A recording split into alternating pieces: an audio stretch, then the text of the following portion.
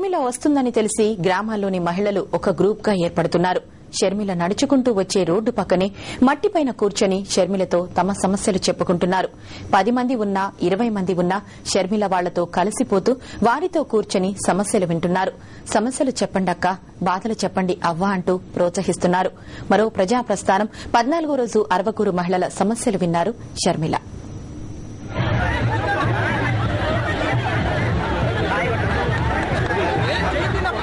మాకు తినటానికి తిండి లేకపోయినా పర్వాలేదు, పశువులకు మేత కూడా లేకుండా పోయిందని ఓ మహిళ కరువును కళ్లకు కట్టింది. ప్రతి నోటి నుంచి వచ్చే సమస్య కరెంటు లేదని, తాగడానికి నీళ్లు లేవని. ఈ మహిళ కూడా అదే చెప్పింది.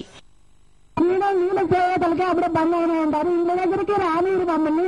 మాకు దయచేసి త్రాగే నీళ్లు కావాలను. మా ఊరిలో కరెంటు సరిగ్గా లేదు.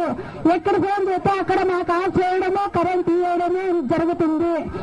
వాళ్ళు వచ్చేసి డబ్బులు ఎవరైనా ఇస్తామని వాళ్ళు బెదిరిస్తే డబ్బు ఇచ్చిన వాళ్ళకి కరెంటు ఇవ్వబడుతున్నారు.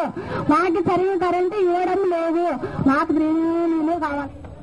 ఒకటి కాదు, రెండు కాదు, చాలా సమస్యలున్నాయక్క అంటూ ఓ మహిళ రేషన్ చిట్టా చెప్పినట్టు సమస్యల చిట్టా చెప్పింది. దేవుడు వెళ్ళిపోయాడు. అప్పటి నుంచి మా ప్రజలకు సమస్యలు ఒకటికొకటి రోజు రోజుకి వందలలో పుడుతున్నాయే కానీ అది తీరలే.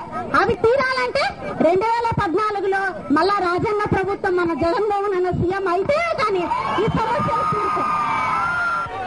సమస్యలు విన్న షర్మిల చెలించిపోయారు. తుంగభద్ర నుంచి నీరు విడుదల చేయకపోవటం వల్లనే సమస్యలని చెప్పారు.